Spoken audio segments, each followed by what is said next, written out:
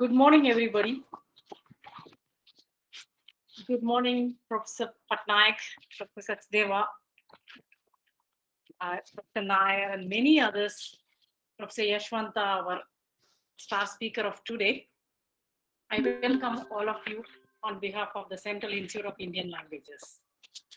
Today we have lecture number 32 as part of the 53rd Foundation Day lecture series that began on July 17 last year. I mean, we are very happy to have Professor Yashawanta Singh from Manipur, who is stationed in Shimla today. First of all, thank you, Professor Yashawanta, for accepting our request, because it's important to have someone speak on languages of Manipur, which is one of the important states of Northeast India. Let me formally introduce Professor Chungam Yashawanta Singh to this august audience. He is very popularly called as Professor Yashwant or Yashwanta. He worked in Department of Linguistics, Manipur University for several decades. After his retirement, very recently, he joined the Indian Institute of Advanced Studies in Shimla. Right now, he is sitting there in Shimla and ready to talk with us on Tibeto-Burman linguistics, which is his specialization.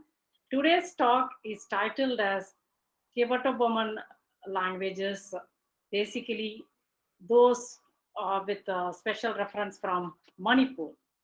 Professor Yashwanta is well known to many of you. He has worked on several languages of the Northeast, Manipuri being his mother tongue. He has worked extensively on Meithilon, on various aspects, from descriptive grammars to making dictionaries, folklore, literature, and even as looking into other aspects of the language from historical linguistics, grammar, social linguistics, corpus linguistics, and many other fields. He was awarded with several fellowships. He has visited many countries, of course, the most important one being an awardee of Commonwealth Academic Staff Fellowship at London, at SOURCE, from 1995 to 1996. He was also a Fulbright visiting professor in the United States. He was in University of California at Berkeley in 2007. Also, he has been in different places like University of North Texas and Czechoslovakia and many other places on fellowships and other scholarships. There are several books to his credit. He has written several grammars: Manipuri grammar, Tharo grammar, Koirang, and Rongmai grammar, and also he has co-authored with someone on Manipuri machine translation. I'm not going into the details for lack of time. He has published more than 50 papers on various aspects of languages of Manipur, produced quite a bit of theses, not only on Manipuri, but also on the smaller languages of Manipur. He has completed 9 important projects on various aspects. On number 1 is the endangered languages of Manipur, dialects of Manipur. I think he has taken up on Paumai and Moyon, Monsang, etc. He also worked on various tribal dialects of Manipur, Inpui, Paumai, many other languages, Chakpa, which is like considered to be a dead language by many, but I believe Professor Yashwanta will enlighten us on these things. He has also contributed to NLP by being part of many consortium projects on shallow parser tools, WordNet, Mother Tongue Survey projects with Kolkata, Dialect Survey with CIL. He's also been commissioned with a project from SPELL. He's working on Furum. Quite a bit of achievements are there. I wish to just stop here and welcome him once again. And like many of you, I'm also interested in listening to Professor Yashwanta Singh. Professor Singh, the floor is yours. Okay. Thank you, Uma, for inviting me for today's lecture. So I thank CIL also for giving me chance of expressing to what I know about the Tibeto-Burman languages of Northeast and with special reference to Manipur. And we all know that language is the product of society. Language is the product of development of brain and development of vocal organs. And and we uh, know that there are features also, that what is the language and what are the features in the language. But I want to go to that much, and uh, I will, uh, yeah, yes, yes, mm, yeah. Then I want to go to the features of the language, and because we all know that, especially my talk may not be for the senior persons, but I want to for the juniors, by next generation linguist. So we all know that the language is dynamic, language is the displacement, and it has the creativity and these things. And in India or in the world, we know that there are many language families, and say around, it may be around 21 or 22 languages, and in that there are independent languages like the Japanese also. Uh, then this is the map of linguistic families in the world. Uh, then uh, the in the northeast, that is uh, how many languages are in northeast, that is Indo-Aryan is also one. Then in the Indo-Aryan, we know that the Hindi, Sanskrit, Bengali, Assamese, etc. And in the Dravidian, the Kannada, Tamil, then Telugu, Malayalam, then in Tibeto-Burman, the Manipuri, Kanuri, then the Ao, Mizo, Thado, Tangkhul, then others also. In the Austroasiatic, to the Khasi, Munda, then Santanli, etc. And we can add the two other language families like the Andamanis and the Great Andamanis. Uh, so this is the language family in India, and even to we can say that Northeast region is a mini India, because there are language families of the Austroasiatic, the Khasi, then Dravidian, like Dravidian. This is in More town, that is a border town of Manipur. In that, there are around 100 families of the Tamil and uh, Malayalam, and they came in the 1960s when the Myanmar was ruled by the military government, and the remaining is the Tibeto-Burman languages. So we can just call it as a mini India, and Northeast is a within the 10 hotspots in the Northeast. In that, the difference of the culture, difference of the language, and the difference of the food habit and other things like. So there are lots of the varieties.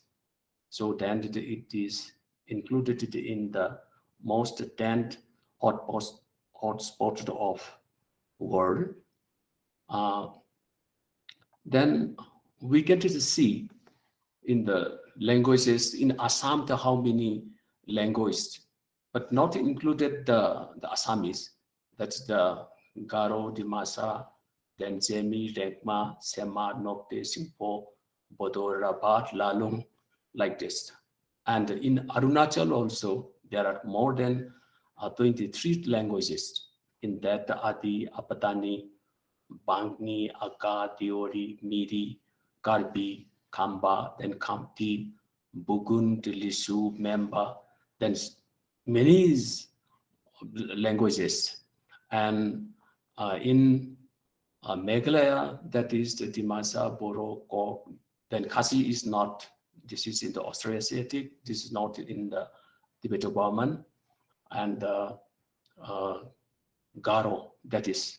And in the Mizoram, that is the mostly of the Kuki group of languages. And in that, Dulian, Tuang, then Paite, then Pang, Lai, then Ralte, Riang, and other things like in the Mizoram, it is divided into the major and the minor Lai. And one very important thing, the very endangered one is the Paite and the Bom. It is very very much low in the number of speakers, and mostly their language is changed to the Mizo, because Mizo is introduced in the master degree also. Because of that, the Ralte and the Bom is becoming very endangered. Then in Nagaland, we can just say that this is of the Naga group of languages. There is not of the Kuki languages like so Ao, Sema, Angami, Lotha, then like this. And in Nagaland, that there is the that is some kind of the Angamis that Angamis there, Angami and Assamese mixing is there also, and that is used some kind of the lingua franca, not the official to one. And in Tripura, that is the Garo, Riang, Halam, the Bengali and the Hindi are not in the Tibeto-Burman, and now it is the Kokbrok. Kokbrok is introduced in Tripura University in the master level, and Sikkim. So in Sikkim also there are the many languages of Tibeto-Burman. And coming to last, that's the Manipur. In Manipur, we can come back the Kuki group of languages, then Naga group of languages, and it is said some 32 like, and what in the compilation of the government, that is they add any miso like this, and any Kuki like instead of the adding to of that without any name, then we should not use that any miso than any Kuki like this. And in Manipur, what is happening is that one group of the Kuki group of languages, then another is the Naga group of languages, then another quantity is the Maitailon, that is the Manipuri. So this is that one. And as a whole, in North it is that the English is used as a official language, and in Hindi, English is used as some kind of the official language or lingua franca type. In the then in Arunachal Pradesh, it is Hindi is very much used as a official language also, then used as a lingua franca also, and this is, but it is slightly different from the other state. But in Nagaland, it is not possible to use Hindi as some kind of the linked language, not possible. And in Manipur also, it is not possible like this. And then when do we make a difference that, say, in the languages like, say, Indo-Aryan language, like, say, say like Assamese and Bengali, in that when to be used, say uh, eating of the solid or drinking to of eating of the solid thing, then drinking to of the liquid water and other things, then they use only one verb. But in Tangkhul, they make the difference whether it is a hard solid one or it is a soft one or is it some kind of the ice cream type. So they make the four the verbs in Tangkhul. What is that is the Kangaku. Kangaku. So Kangaku, it indicates to eat of the ground nut or the back piece. So it shows that the hard one. Then kaza, then to eat rice. To eat rice, we have to say kaza. Then the shop, like the ice cream, for example, in that uh, kamlek. Kamlek, this is used to eat the ice cream. Then another one that is suppose if we have to eat chicken, then or mutton like in that kasai. So, what I want to bring out is that into one language that one verb be used whether it is a solid or liquid, eating or drinking, but in another one, they have made the difference in eating of things, whether it is hard or whether it is the rice or whether it is ice cream or whether it is a chicken. So the beauty of the language, in the one language, there is not much difference, but in another language, there is much the differentiation of the using of the things. So this is very interesting to when we see the language, what's the difference of one language to another one. So in that, I just come out that one. Then we know that the differences between the Tibeto-Burman and say Indo-Oriental languages. In Tibeto-Burman, we don't have the difference between the long and the short difference. We don't have that one. Then another is that we have the that the consonant billet nasal tanga is in the initial position, but it is not found in the case of Indo-Aryan. And we don't have the Tibeto-Burman that doesn't have the retroflex. So this is then, so this is some kind of the difference between the one language family to another. And so when do we see, when do we make the differentiation, the one language family and another, and when how we are bringing the language into a family in that let us see some yeah, this is the difference. The what I want to bring to here, it is the situation in Manipur. We have the three linguistic situation.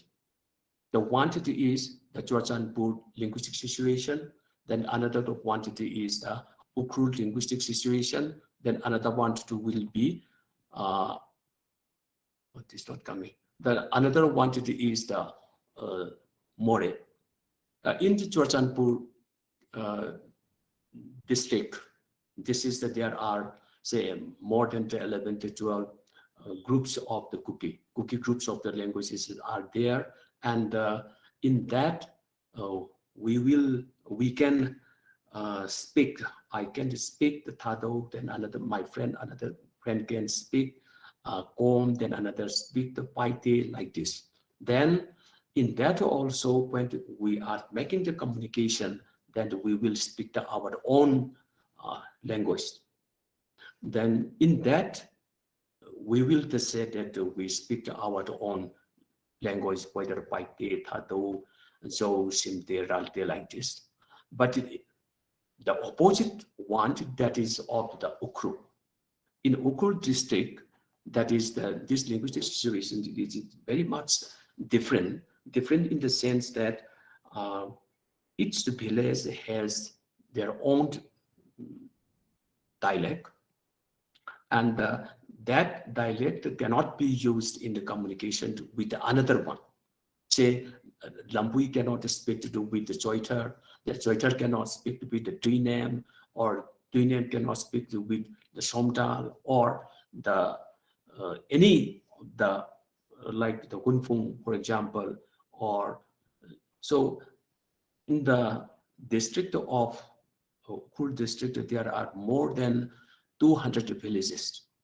So these 200 villages have their own local dialect, and they use their own. And when making the communication, then they have to use the standard form that is called the Hunfung. This is in the headquarters of Ukrul, and this Hunfung standard form is used.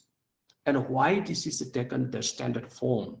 That is, this particular dialect is used in the translation of Bible. So from that point of view, that Hunfung is taken as a standard one, and this is also the in the headquarter, and so they will say that where if I speak say Lampui dialect or Sangsak dialect or Choither dialect or CI, then even to we speak of this one of the different local and not intelligible to with another locality, but we will say that I will speak Tangkul. The opposite to one to that of the Jordanpur is that though we speak our own language, at that time we will say that we can communicate, then but we will say that I speak Paite, I speak Thado, I speak Jo, Sinte, Dalte, like this. So the difference is of, then when I think of that why this much of the differences in the Ukrul, why it is so much the difference is that there may be the reason of the head hunting. And one is the head hunting, and the people are staying away from the another and the top of the hill because of for protection of our community from the another one. So this is just this is my my thinking, my view that why this much of the differences from one locality to another, from one neighbors, that is just to have the say protection that means they may use some kind of they may prepare the local language, local dialect, not to pass on or not to be known by the other community because of those days that of the head hunting is there. So this is my thinking that the so many of the local varieties are there. So it is not possible to so for example, we can see this one that water, for example, in the Lambui it is Era, then the Sinjoiter is Tera, then Untui, then one is the Tarui, like this. Then Tui is also used, then Tui is also used, then in the Tira and the Ira also used. So this is some of the example that not possible to communicate each other. This is, and in say, this is, I'm just bringing that the similarity between the English, French, Spanish, Latin, like this, and in Tibeto-Burman also, we can bring the how the family is the made, because there are many similarities. For example, like in the five, in the house, in the pig, or in carry, like this. So this is then here that in the different languages like the Koireng, Kom, then Chothe, Anal, Lamkang. In that there are many similarity of, say, for example, in the five, or for example, in the I, like this is. And I, where is gone that? Oh, no. Okay, but I missed some of the slide, but we get to see the more, because I'm not so much exploited in these things. But let us see in the more. This is also one linguistic situation. So one entity is, I have already speak about the Ukrul. Then another quantity is the Chochanpur. The another quantity is the More. In the More, there are many linguistic families are there. Say Tibeto-Burman, mostly the Tibeto-Burman, because this is the majority is of the Kuki group. Then another quantity is the Indo-Aryan in Indo-Aryan, that is the Bihari also there, then the Punjabi also there. So then another the Tamil and the Keralite also there, and the mixing of the three language families are mixing, and many say Burmese the vendors also came, and since they have to sell their what you call the things, so they definitely used the Manipuri Megalon. They use, and sometimes they mixed the wheat also, and in the same way the Keralite people also. Then in the Nafalong, that is the beyond outside the Indian border. In that, the many Nepalis are there and the Burmese are there, but they speak Manipuri because they are selling their goods, and many what you call that customers are coming from the Indian side. So this is, then sometimes they mixed with the Manipuri also, then the Burmese also, like. Then what I feel is that say if somebody is looking into that, what types of the language, or is it some kind of the threat language has come up or not. So it will be very interesting to see that what types of the threat language has come up. So by combination of the Manipuri and the Maitalon and the Burmese, and the Burmese or the say Dravidian, whether it is the Keralite or whether it is the Tamil. So want to get to see that how a new language has come up or not. Then when we are coming to Manipur, then it is interesting to also that in Manipur there are many languages, the mixing in the sense that Manipuri Maitalonti is the one, then a Kuki is, in Kuki umbrella there are many of the Kuki languages, Thado, Paite, Mar, Zo, Simte, Ralte, like this. Then in Naga group of the languages, then there are, say, Rongmei also, Gobi also, then Maring also, then Koibu, then like this. Then in the Maram also. Then what we can see is that in Manipur, that is the English and the Hindi is used, and the Manipuri is also to be used as some kind of the lingua franca when we talk with the other language speaker, like the Tangkhul or the Thado or Paite. Like in that, we use the Maitalon, but in the school, it is, so in the school also there is the difference between the government school and the then convent school life. In the private school, that the English is used as a medium of instruction. Then in the government school, that the Manipuri language is used. Then, so in other areas in the hills, and what I know is that because every year we have to go to field work in the different parts of the Manipur. So generally we went to this, whether it's Churchanpur or whether it is in uh, Tamenglong, Chandel, or like this, then Ukhrul. So in that, in the government school, that is their local language is used. So in Manipur, that in the secondary board and in the higher secondary also, that there are some uh, Thado, Paite, then Tangkul, Zhou, like then the Nepali. These are used in the school, and the here the one the problem that is happening nowadays, it is that the students are afraid to opt this imposition to opt the Hindi up to class 10.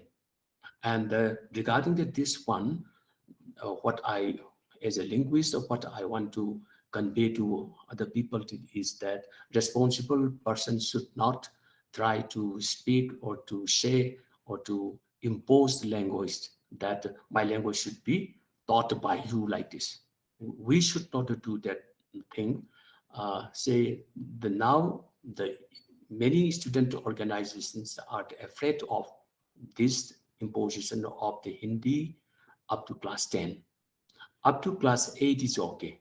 Up to class 10, then they are very much afraid. And what they said it is that those who want to learn Hindi, okay, for them, that can be. And those who did not want or up to compulsory level, they can study. So in even here also that there are many students uh, studying the Hindi up to master level and the Hindi up to BA level. So there is no any short of it, it is the problem. But only the imposition. But imposition it is very dangerous because the language is a very emotional one, very delicate issue. So one, suppose it imposed me to speak that one, then I may not speak for my life. So we have to see that one also. We know that in the NEP, new education policy, that that the mother tongue will be taught up to standard uh, up to standard 5.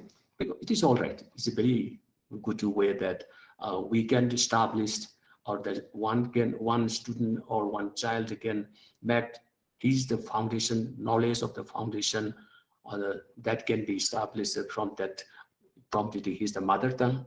Then when the foundation of the uh, any subject or any discipline, then it will be very good for the another building up of the knowledge or addition of another knowledge. And so we can see also that uh, language, that English or British doesn't impose us to speak in English.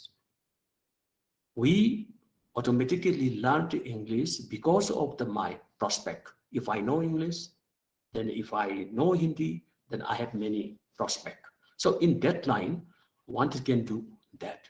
And instead of imposing one language to another, then if, say, suppose Manipuri, I am the speaker of Manipuri, but I don't like to impose to other communities in the Manipur. But if I make it developed very much in the say in scientific uh, literature, or in the computer, then in the translation, the machine translation, like of particular language, then automatically people will learn it. So in one side, I have to develop my language, and then the people will feel that. That means without the Manipuri or without the Hindi, without the English, one cannot have a good prospect of his life. So if the one to feel that, automatically people will come and learn that language. So in this way, uh, one has to do that to develop his mother tongue. Then one the problem that in the Manipur is that there are more than the 30 languages. Then it is not possible, say in the one community, if there is in the one area, if there are many communities are there, then it is not possible to uh, introduce all the text of say 11 text of the different languages. It is not possible, but we can try that how much do we can do. So in this area, how many communities students are learning in this school? Then we can do it. The teacher also can detect some kind of the initiative, and the government also can take some kind of the initiative to up to the standard 5. It is not so uh, very hard job. It won't be a hard job. So this is so in the case of Manipur, then many languages are there, and we have to try to develop our languages. Then another thing is that in the state of Manipur, there are say literary societies of the each uh, community, say Tangkul Literary Society, then Thadou Literary Society, Paite Literary Societies, then Korean Literature Society, then like this. Then in that, these what I mentioned, then Thadou, Paite, Mar, these are uh, the among this one, then Paite and the Mar is very advanced. The sense that it is introduced in the graduate level. The population is around 60,000. But one opposite thing is that the Tangkhul is the second largest in population.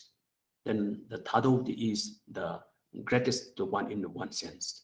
But Thadou has no introduced in the graduate level.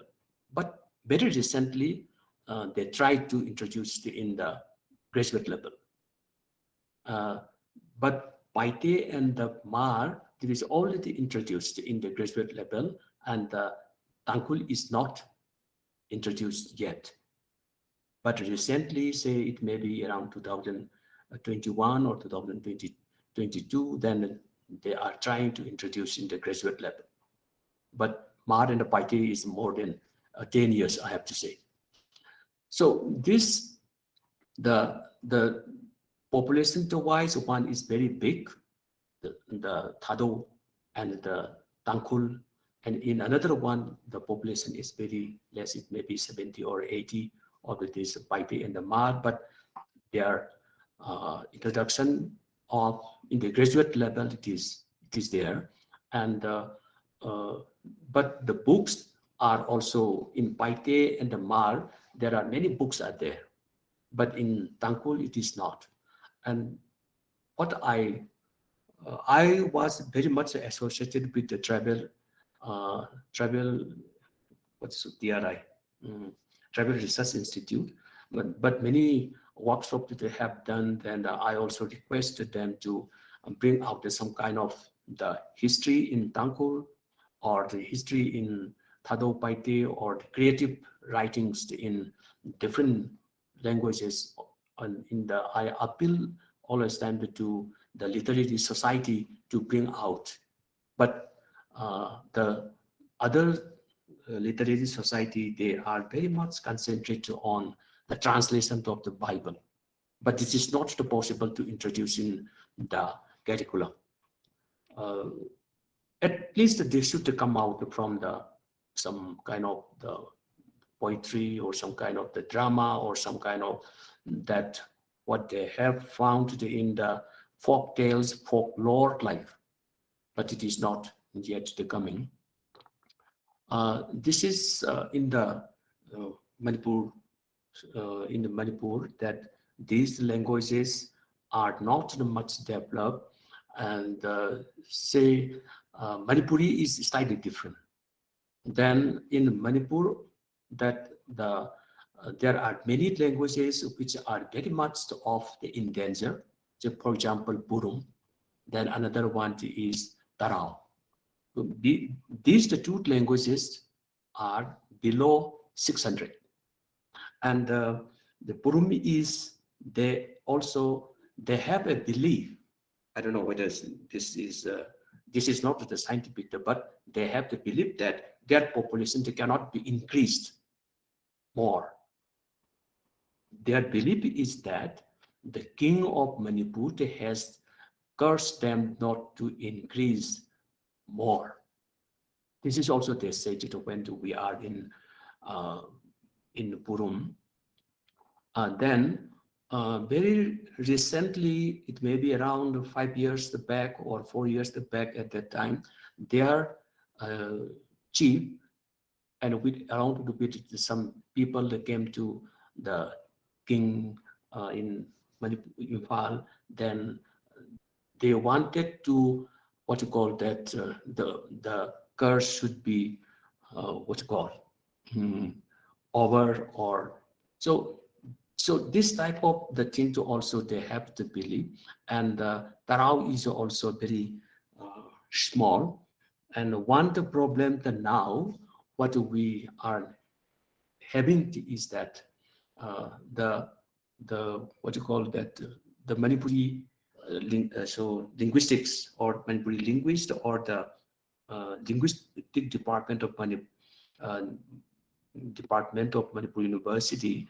Uh, Not now we are not free that we cannot study their language. We have to take the permission from the tribe association like this. So last time before my retirement 2020, then along with my young colleague, we went to Tarao, and I also want to study in the spell.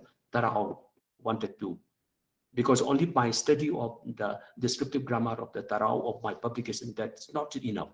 So we want to do on the plus the ethno-linguistics like this. At that time, the chief of the Tarao says that it is not a possible because uh, what their generation to will do.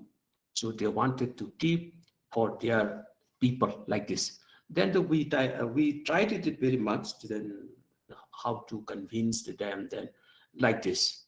But very luckily, we are the when Department of Linguistics Manipur University approached them, then they allow to come and we can go there for the field work. But very unfortunate, I think, is that that was in the COVID time, that may be 2019 or 20. So we are not possible to go there. And we have already discussed with the chief that before the field trip, then we call the 2% in the uh, in Manipur University guest house. But very unfortunate thing that of the COVID. And so we needed to do lots of the work for the endangered one, that is Purum and uh, Tarao, because only description of the language, it is not enough. We need more to do of the ethnography or ethno-linguistics and their culture and what is their belief like this. But these things also are very much necessary, not only describing the language and what their belief, what their culture, that what their say put habit like this. And in Tarao, we find that the cooking of the rice is very much different with the steam one. That is very much the different. And those things we have to preserve. And those dressed for the women gear, headgear, or male headgear, and what at when the festival is done, this and that, like these are very much necessary to work on. So not only Tarao, not only the Purum. What I am giving the emphasis is in Tarao and the Purum is because their population is very less. It is less than 600 like this. Then not only that, other like say uh, less than 2000 are Kwereng is also one. That is the less than 2000. and the Monsang, the Moyon, they are very much less than the 5,000 like this. And there are another big numbers also there, that is the Roma is also big, but all these the what we are doing, that is not enough. Only say my describing of the Rongmei in the some 200 or some 100 pages, but this is not enough. We need to uh, go inside the more of their ethno-linguistics, because nowadays this is also very much necessary. And so in that line, we need to do many works. The when to be compared with Manipuri language and the other that languages of say Thado, Paite, Mar and other things, uh, this is the very much the different. Then say our analysis of in the Manipuri, we have the old Manipuri, then we have the medieval, then we have the modern like this.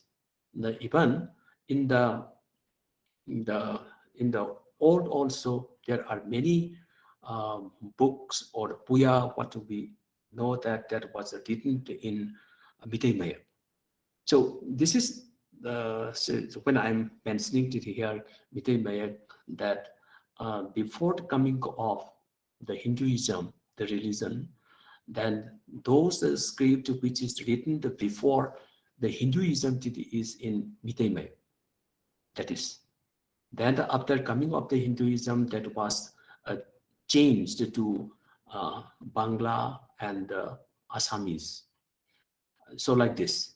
Then that started from the say 18th century. In 18th century, then it is the influence of the Hinduism is very significant. That was the coming in the script also, as well as in the literature, as well as in the other uh, different jars of the literature and the other disciplines also.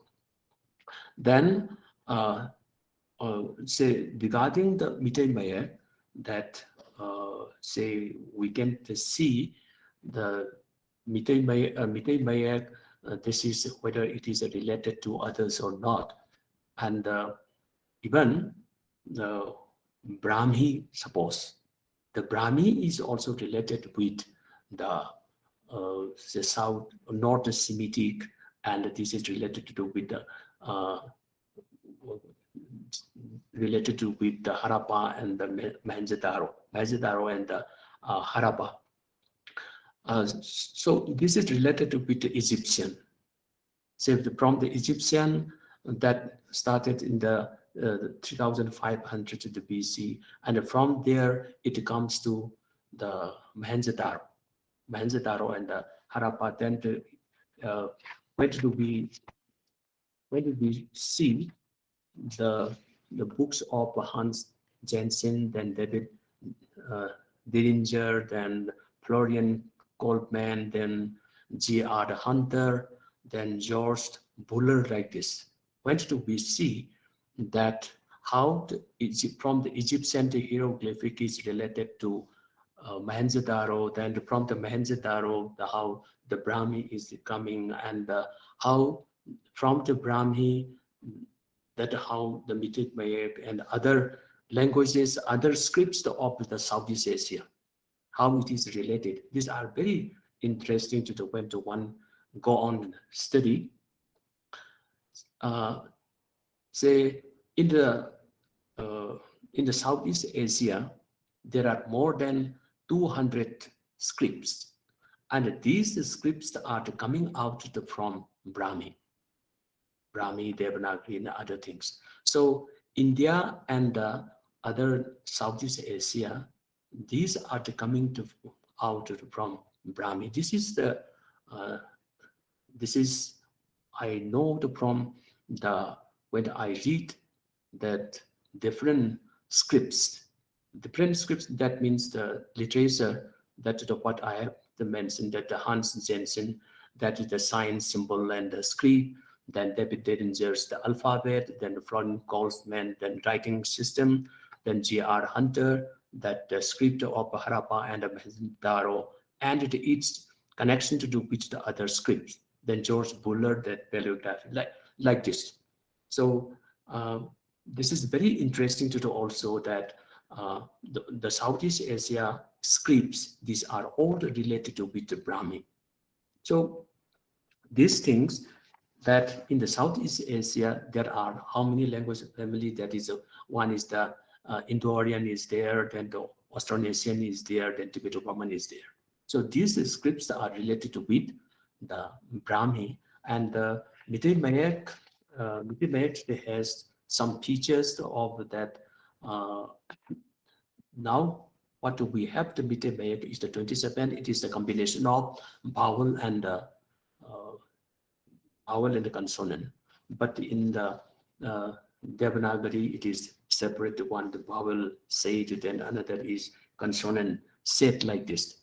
But it is in Mite-Mayak that the what you call that the vowel, there are only 3 vowels in the 27, and these the 3 vowel they can't the initiality occur in this in the writing, but others we have to take the diacritic mark along to with the vowel a. So this thing and the Mite-Mayak has the square shape like so, and divided it into 3 columns and in the series like this. So this is into one sense it is interesting and uh, why and how that Manipuri is different from the uh, other communities in Manipur. That we know that there are many communities, and so there is also that the history that in the valley there are more than 11 to 12 principalities. 11 to 12 principalities, and that these principalities in the state of formation time. Say, just I will read out the names of those principalities like the Angom, Chakpa, then Chianglei, then Hariam Kunjan, then Hauro, Konto, then Kaba, Kem, Kuman, then Koka, Hauka, like this. So there are Shaloi Langmai, like this, then the Thanga, Kambong, Uro, Usai, like this. So there are more than 11 to 12 uh, principalities are there, and they are in the valley, and they have the different their geographical uh, demarcation, the boundary.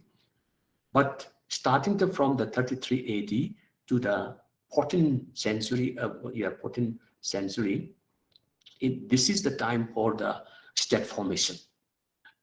And during this state of formation, all the principalities merge into one. And it is said that Moirang is the one to which the merge to Meitei is the latest one.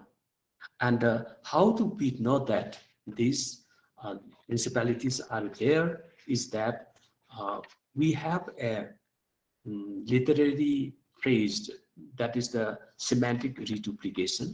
In semantic reduplication to be used, say, say like the Uchek Shawa. Uchek Shawa, because this is not in my pen drive, PPT. Uchek Shawa. The Uchek is also different form and the Shawa is also different form, but the meaning is the same, bird. So I feel very sorry because if I show this one, then it will be very interesting to you all also. But some the mistake they have taken the place, so I can't share with you all. So for this, I request you to excuse me. Then another part is that lies Ising. So Liza is the Moirang and the Ising is Meitei. So in these two ways, the Seroy Lamai has also Another one that say like the Kuman has also like Nembi Singna.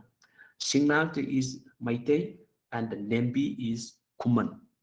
So when do we see the literary semantic reduplication? Because these semantic reduplications are very much used in the literary work, and from uh, analyzing from the linguistic point of view, that we also came out that in we can prove that uh, there are many principalities in the valley and they merge into one, that Maite. So this is analyzing from the linguistic point of view. So in the valley, there are many principalities. Those principalities merge into one that was come out by studying from their language. So this is what I have seen, and I get the say on the historical uh, above that the historical thing that there are many principalities. But what I want to add to here is that from the linguistic point of view, that is we can confirm that there are many principalities. And one very weak point in one sense is that we don't have the much documentation. When you say documentation, that means the words. These are more than 1,000 words used by the common. Those type of the book and the records are not available. These are very scanty in one sense. This is also very unlucky for us.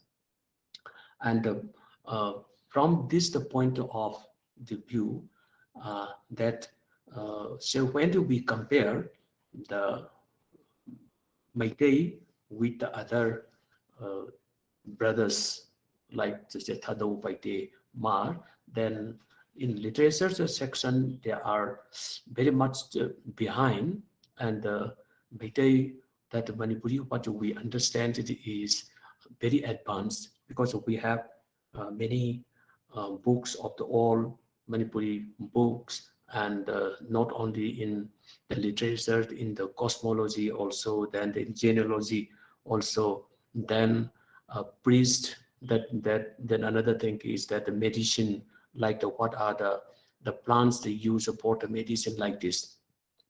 So this there are many of this sort, and uh, another thing is that um, the production, that writing of in any jar of the literature, that is many are coming out, but in the other groups that like Jethado Paite, Marjo or Tankul, the people are not coming up.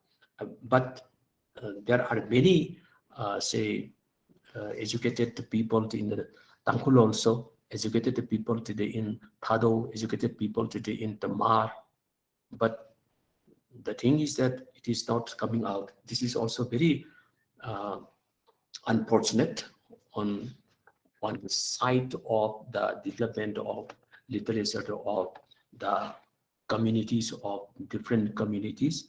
And this is uh, some of the idea what I can just share today with my colleagues of others. So can I stop here? Yes, thank you so much, Professor Yashawanta Singh, for your beautiful talk.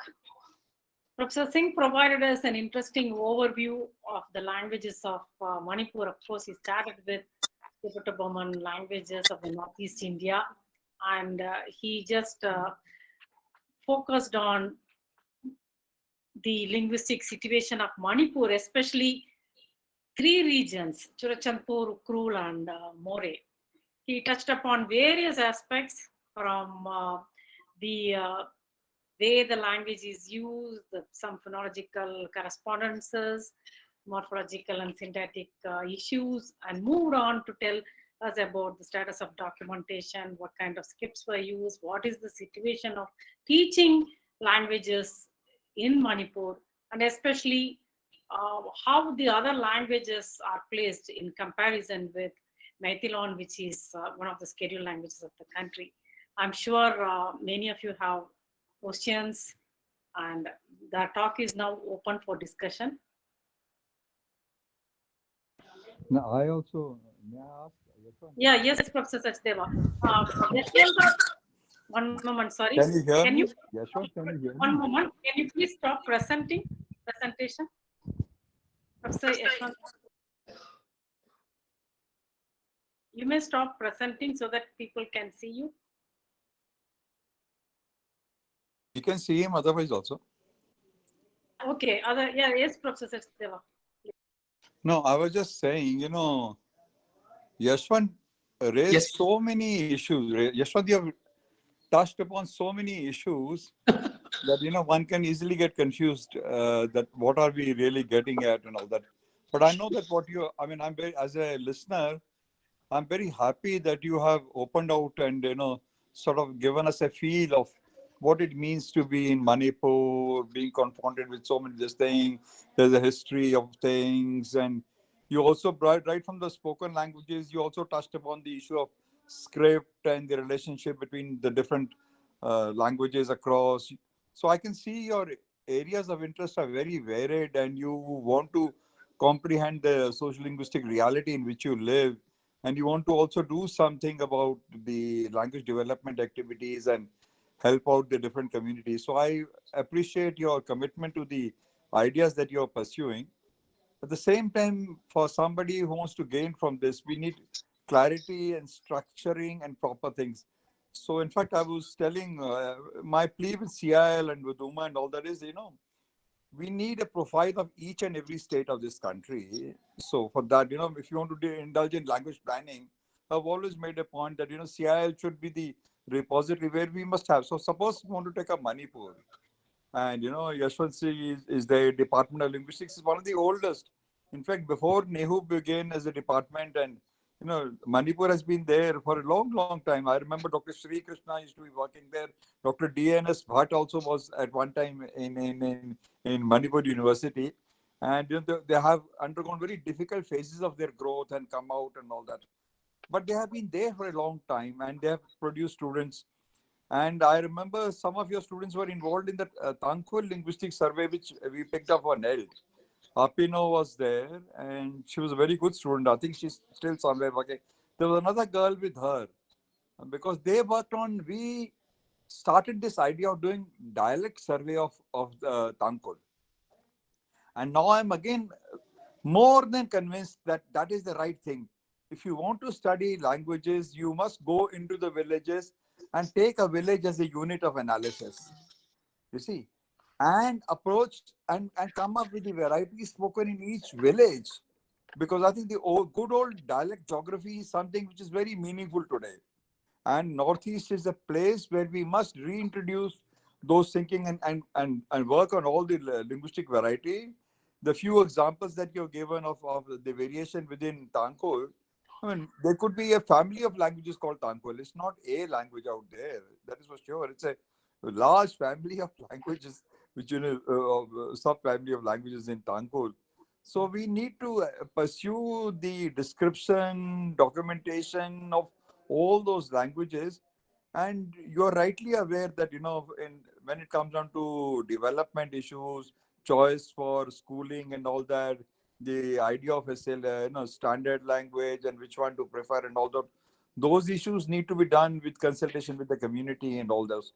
But as a linguist, our job is of one kind, and as a planner, our job is of another kind. As being involved in language teaching and being with the community, so many other issues are raised.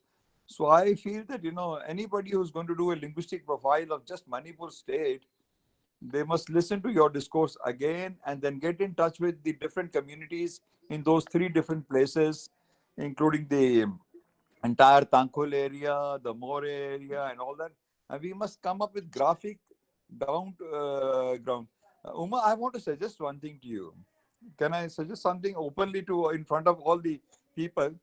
I want you to start a journal of a video kind, video journal. Hello. Hello, Uma. I think Yashwant is having a phone call. Yashwant, can I talk to you? And Uma, both of you, we need to we need to start a journal or a method of a video kind of where we actually go into the village, meeting people, coming up with actual scenes of the people there, talking to them and doing it rather than doing literacy based, journal based and highbrow, that kind of. We need to be showing people accounts, the kind of villages that are there, the kind of settings they live in, the practices that they are there, and the language that is spoken there, and bring actually into our own visual world the language. We have to approach the entire. We should have series of documentaries coming up from Manipur, series of documentaries coming from Arunachal and all that. So I'm very seriously thinking that Professor Uday Narayan Singh started something in Sikkim with documentaries of Sikkim, but it was left at a certain stage. I think we need to rework and build up then the discourses on language documentation, language description, historical corrections across languages. All that will gain more once we take up seriously of going into the villages and bringing the things and all that. So I think the process that is being required. What Yashwant Singh's lecture has done is helped us to understand the complexity of many issues, and to understand the complexity of issues, you need to appreciate the kind of a world that they live in. And he's touched upon planning issues, he touched upon Hindi, he touched upon imposition of language, touched upon so many issues. But I think we must respect that where he's coming from. We need to work on that deeply. That's my feeling. So I want to thank Yashwant for sort of raising a multiple set of questions. But at one time he could have confused us. But at the same time, it hopes that you need plenty of work to be done from below with the communities. That's all I can say. Yeah, thank you, Professor Deva. I agree with you that we have a lot of things to do, and Professor Yashwanta has opened up many avenues for us to think and react seriously. And you're right, maybe video documentation, but we need, of course, for Manipur we have Professor Yashwanta, and maybe others are also there. But let us hear from him what's his view, and I will add to your comment about what we can do from CIL side. Professor Yashwant.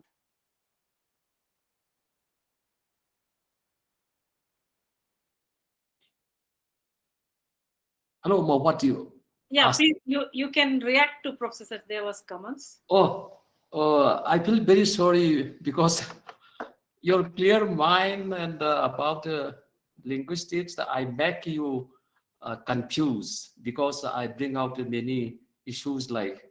So I feel very sorry for making you confused. Yes, right. I don't have too much clarification regarding what Professor Deva says. Only I feel sorry is the confusion. Yashwanta, I think it was your talk, is Professor Subara is also saying. It was a very informative talk. Many issues were there in it. We appreciate your commitment to the idea. I'm just saying that as people who want to work in the Northeast on different languages, we need to have a collaborative approach with departments of linguistics, with other linguists, with culture experts, and proper documentaries to be done so that people start being in the Northeast. You have to give them a feeling of being in the Northeast, to work with the Northeast, and we must use technology from all ends to help us grow and take it to the people and involve the people in documenting their own stories and their villages, their variation, their things about what do they think of standard language and all those. So I think it's right. Today is not the time to solve problems, but to address the nature of the problems as they are. We should understand the nature of problems that are there in the society. We seem to be wanting to offer solutions without understanding the nature of societies, the nature of settings, and nature of problems. So my feeling is that we must explore at this phase of our time with the people and take. Yes. Uma? Yes, Professor Subbarav. Yeah, what I want to say, you see, 20 to 25 years ago, the linguistic situation in the Northeast was entirely different. Now you have many linguists from the Northeast who are coming up and who are keen to work. Okay, so these linguists, I would call them as insiders in quotes. People like us who work on these languages, we are outsiders. The insiders would have some better insights into the functioning of language and into the linguistic communities and about the language than outsiders like me, in spite of working for 12, 40 years. I started in 75, so that means what, 20, 44 years, or 41, 42 years. So we have different insights. Yes, we have linguistic insights, I'm not saying that. But these people, these scholars, should be taken into consideration. They can plan along with the people, linguists from outside the states of the Northeast, and we can all get together and plan a coherent and elaborate approach, to tackle the situations that Yashawanta has talked about, that the directions that Rajesh Sachdevaji mentioned, and some other kinds. So what I think, the CIL should take the lead, and this will be a 10-year or 15-year or 20-year project. It cannot be done overnight, but this should be well thought of. What are the ethno-linguistic points we want? What are the socio-linguistic situations we want to capture? What is the linguistic realities that we want to capture? Piecemeal, somebody is working on some language, somebody is working on some language. That helps. But these bricks can be put into a proper shape, into a building shape, if and only if an institution like the CIL, in collaboration with scholars and scholars working outside and inside, the insiders and outsiders, then it will be a wonderful idea. I hope Professor Shailendra Mohan is around and he is listening to me. And okay, we can talk to him later. So Uma, you can tell him also our message, my message. It's not. And Rajesh is also saying the same thing. We all feel that there is an ample need and there is an enormous scope for work from many, many points of view: ethno-linguistic, socio-linguistic, syntactic, morphological, phonological. So let's all get together and plan a huge project, which will be maybe 10 years or 50 years from now, irrespective of persons. I may be there, you may not be there, anybody may be there or may not be there. But the project should go on. Okay, thank you. Thank you, Yashawanta. Thank you, Rajesh. Yeah, thank you, Professor Subbarao. At this point, I would like, since we are having more a dialogue than an interaction with the speaker, because he opened up quite a few issues, which is not only the problem for Manipur, but for all other states in Northeast India. He gave a very good picture, because the main problem, as he pointed out, is in some communities, I don't want to repeat the name what he said, in some communities when people are not welcoming, even people like Professor Yashawanta to work on a language, it's indeed very difficult for, like, to use Professor Subbarao's terms, the non-Northeast or the outsiders to go and work on a language. But I think we should try to convince the communities in whatever possible way we can, because it's very sad, like communities like Purum and Tarav are left with only a few hundreds, less than 500 or 600 people. And let us explore how we can initiate dialogues. If necessary, we may have to take up these issues with the state governments and see how much we can do. It's important to have a friendly relationship with the communities in order to document whatever aspect we are interested, because, like, as you know, we are already in the International Decade of Indigenous Languages, and like most of us, Professor Sachdeva started NELD here, but we have Professor Patnaik with us among us now. It's indeed an honor to Professor Yashwanta's talk. Professor Patnaik was one of the visionaries of the Institute who sent many people in the early 70s to work on these languages. Of course, compared to those days, now we have a lot of people, kids working on different aspects, whether it is for master's dissertation or PhD. But CIL was one of the pioneering institutions who took up work on these languages. So I do not know whether Dr. Patnaik wants to say anything, whether he is around, because I see him online with us. But it's time has come for us to look into many issues and take up the work seriously. It's not just writing grammars and dictionaries, but what are we giving back to the community, and what as institutions and as linguists they can do. We will also resume activities of NEL and have some of you on board with us. Yeah. Dr. Patnaik, do you want to say something?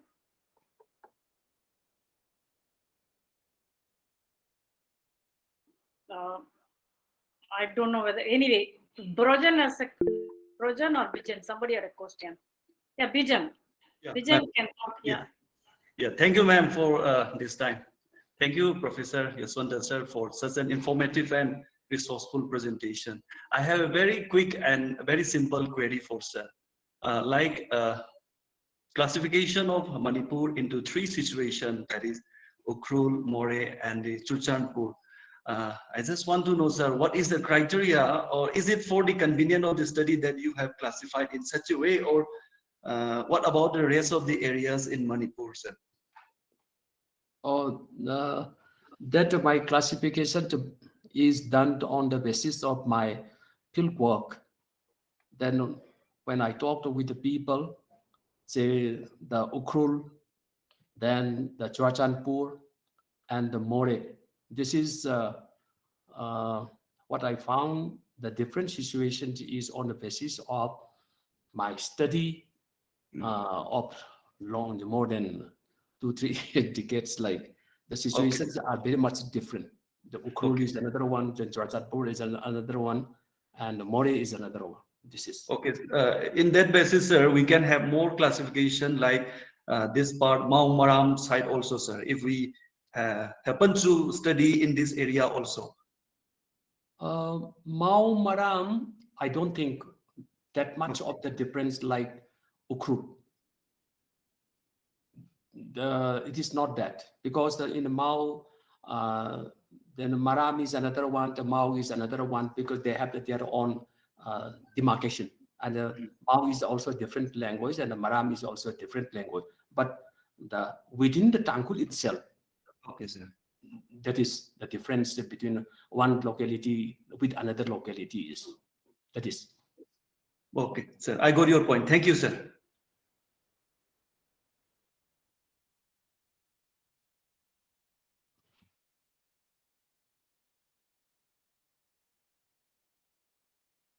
Any other? Hello, Dr. Patnaik wanted to say something, but he called, but I could not hear him. Okay. Dr. Patnaik, do you want to speak here? He called on the phone. I think he did not understand what I said. Sir, are you there? He was talking about linguistic survey of India, but I could not hear properly.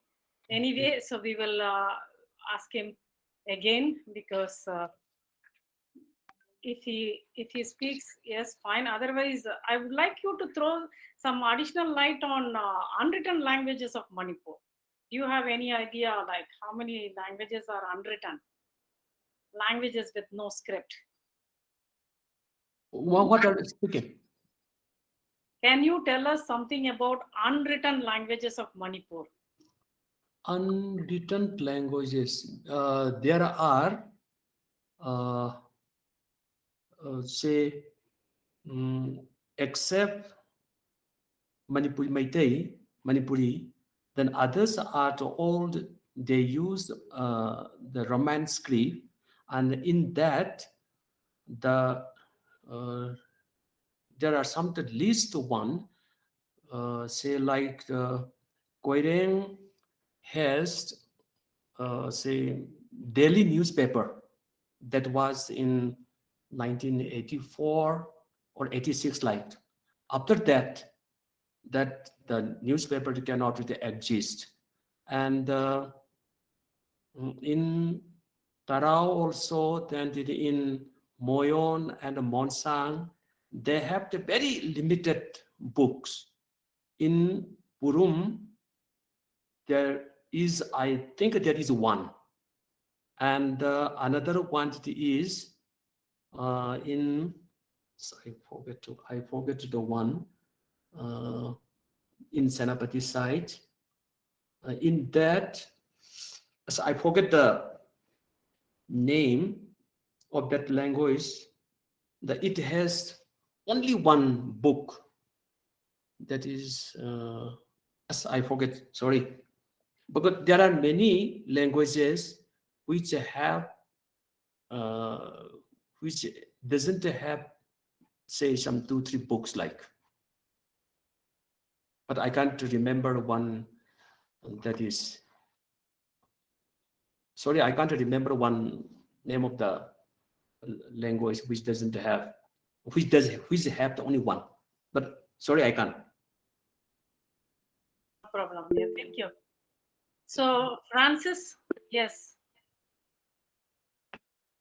Ganpati has given the name of the book, Urum Learner's Book. Yeah. Good afternoon, sir. Yashawanta Singh. It was nice listening to your presentation. My name is Francis Monsank, and I was also thinking of raising about your classification of Ukrul and the Churchampur, and missing out Chandel, my district. Of course, Bijan has asked you, and you have mentioned on what basis you have made the classification. But I would say that if you make some classification regarding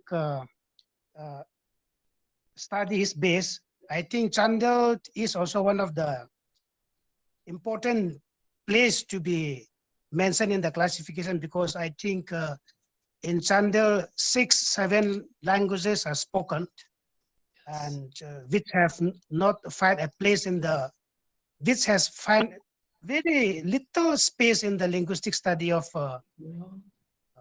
Tibeto-Burman languages in Manipur. So I was just thinking, if though you have not studied in languages of Chandel, it would be more what to call appropriate, or make a little broader classification, so that I would also be a little happy to see Chandel in your classification, sir. Thank you. Can we say one thing? Hello. Yes, Hello. sir. Yes, Can you- sir. Yes, Can you, sir. can you hear me? Yes. Can you hear me? Yes, sir. Yes, sir. Yes, sir. We can hear Dr. Patnaik.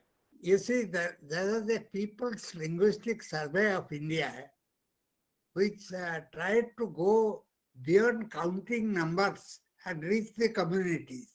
Is anybody in touch with them? What they have achieved?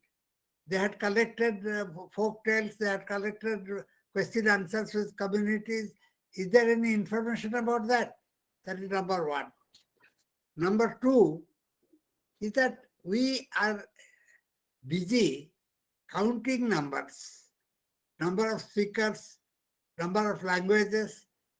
But as Rajesh and Subbarao were telling, see, it is very, and the speaker himself also was referring to it, it is important to reach the communities and find out what is the problem. Because are they communicating among themselves or not? There, let us say in an area there are 30 languages. Are the 30 languages communicating among them? If so, how? If they are communicating, how can we save that process so that the communication can spread? That is what is more important. I think instead of trying to count the number of languages, count the number of speakers, and counting various other kinds of things and documenting, because we are emphasizing on documentation. What is documentation going to do? Is it going to save the language? It might save the language for future researchers, but it is not going to save the language. Therefore, we must think about finding out ways and means of reaching the communities, and as it was rightly pointed out, we must find out what is the question we are looking after, and what solutions we are after. That is what I think I should say. Mark, can you hear well? Yeah, thank you, sir. Yes, Professor Yashawanta, you can react. Professor Patnaik, thank you. Very nice to see you after a long time in good health. Can you hear me, sir? Subbarao.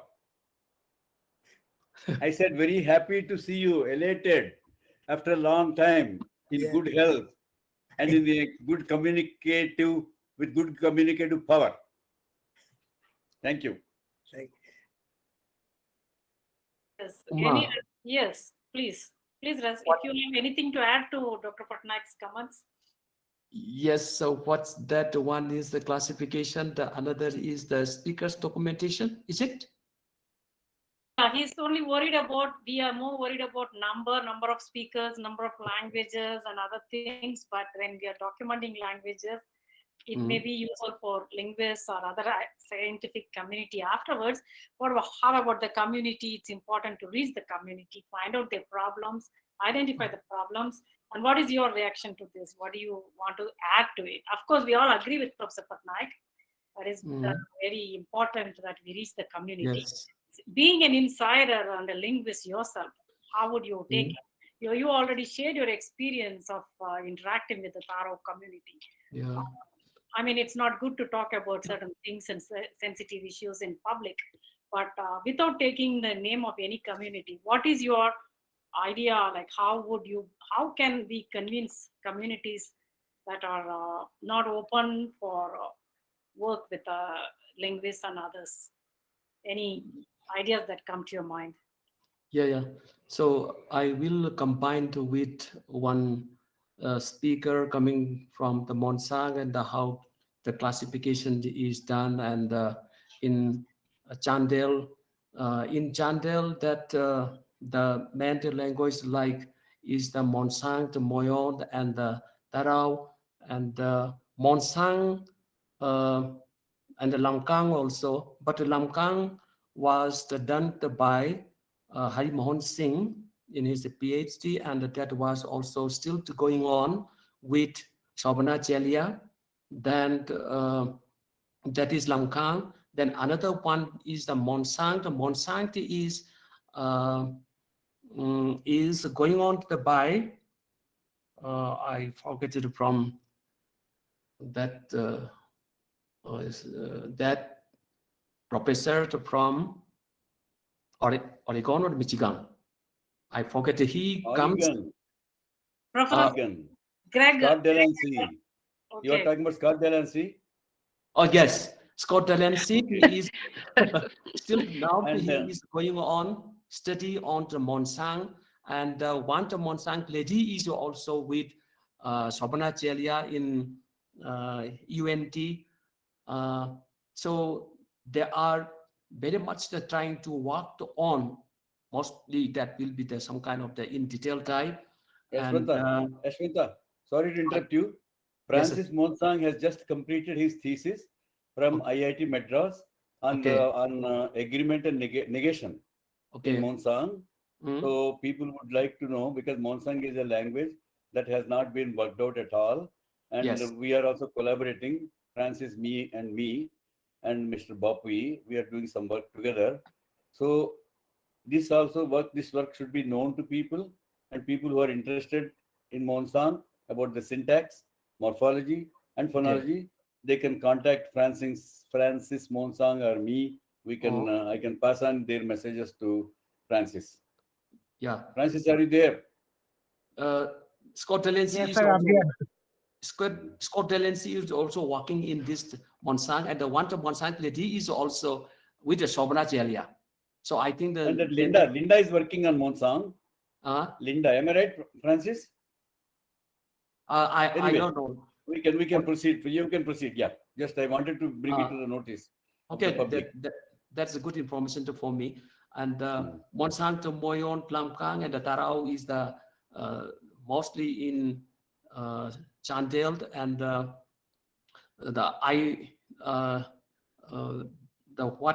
the speaker of the Monsang asked me, that is the classification.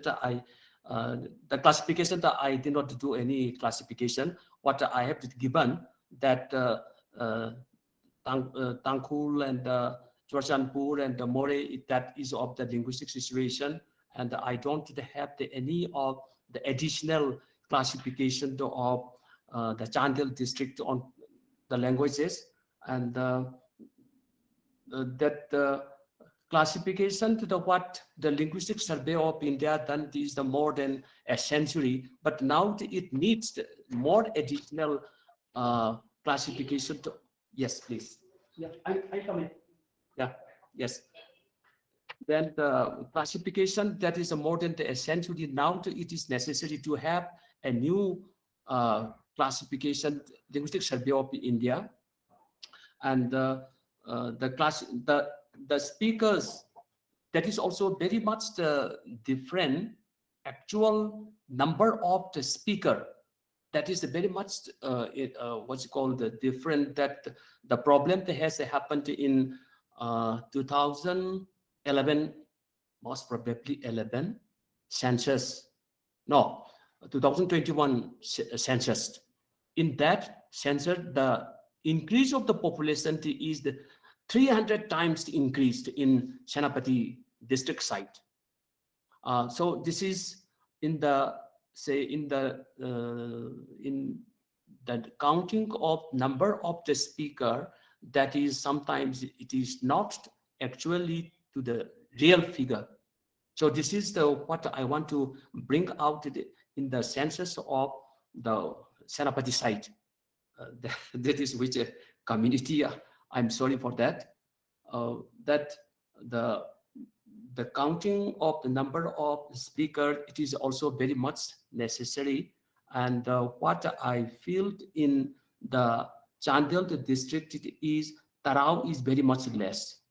This much I can say, and the Monsang and the Moyon, they are less than 500 speakers, and these are also necessary to have counting. This much, Uma.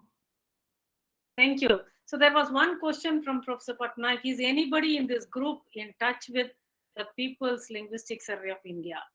Can anyone, is there anyone who is in touch with them, and are you aware of their works?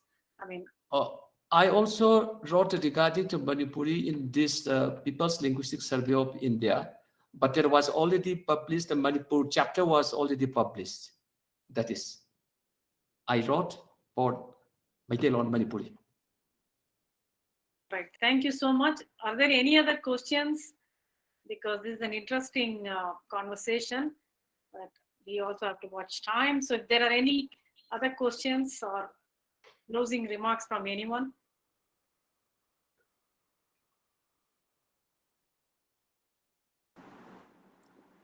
Yes, ma'am. This is Dhanpati here, ma'am. Yes, Dhanpati. I'm not able to put my video on. Thank you, sir. After a long time, good to hear. But my observation is that sir is, I think, very happy in Shimla. He's forgetting everyone back in Manipur. Yes. And it was really nice listening to you. Okay. Okay, not much. Okay, ma'am. Okay, thank you, Dhanpati. So let me, if there are no other questions, let us thank the speaker. Any other questions? No. Uma, thank you for organizing this. Yeah, thank you, Professor Subbarao. So thank you, Professor Yashawanta Singh, for your interesting talk that stimulated a lot of discussion on various aspects of what should be done, not only for Manipur, but for all other states of Northeast India. Yes. Many of us are interested in working, and it is Northeast India is a linguistic paradise, no doubt, and it is very close to many of our hearts. And like someone said, I think it was Professor Subbarao who said that we may not live long enough to see all the works, but I think some initiation must be done so that it can be carried on by our younger colleagues. So it's important, and we will take up a lot of work from CIL as much as possible, and also in other capacities. I will discuss with Professor Shailendra Mohan, who is not here, he is traveling, so that's why he was not with us today. We will take up this and then also resume activities of NELD so that they'll be able to contribute and achieve some of the things what was the outcome of today's talk. So on behalf of the Central Institute of Indian Languages, on my own personal behalf, I thank the speaker, Professor Yashawanta Singh, first for enriching us with some aspects of the linguistic situation of Manipur. And it was indeed a great honor to have Professor Devi Prasanna Patnaik with us, our founder director. And also it was nice of him to interact with us. Thank you, sir. Your presence is always a boon to us, and it inspires us. So thank you so much for being here. I agree with you. Yes, and Professor Sasdeva, Professor Subba, so many of the other senior linguists and all my junior colleagues from CIL and outside CIL. It was indeed a great pleasure to have all of you with us, and thanks for all the interesting discussions you people made. Thank you once again, Yashawanta. Thank you so much. Bye. Thank you. Thank you, sir. Okay. Bye bye. Thank you, sir. Thank you, ma'am. Bye-bye. Bye Bye. bye. Bye. Bye bye, Yashwanta. Bye.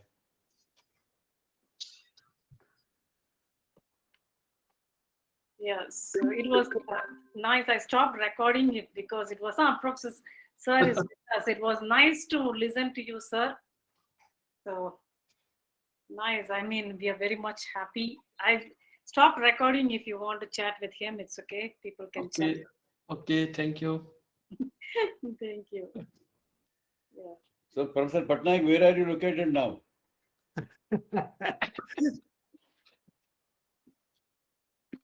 You are omnipresent anyway. Sir, where are you? Are you in Bhubaneswar or Delhi? In Bhubaneswar.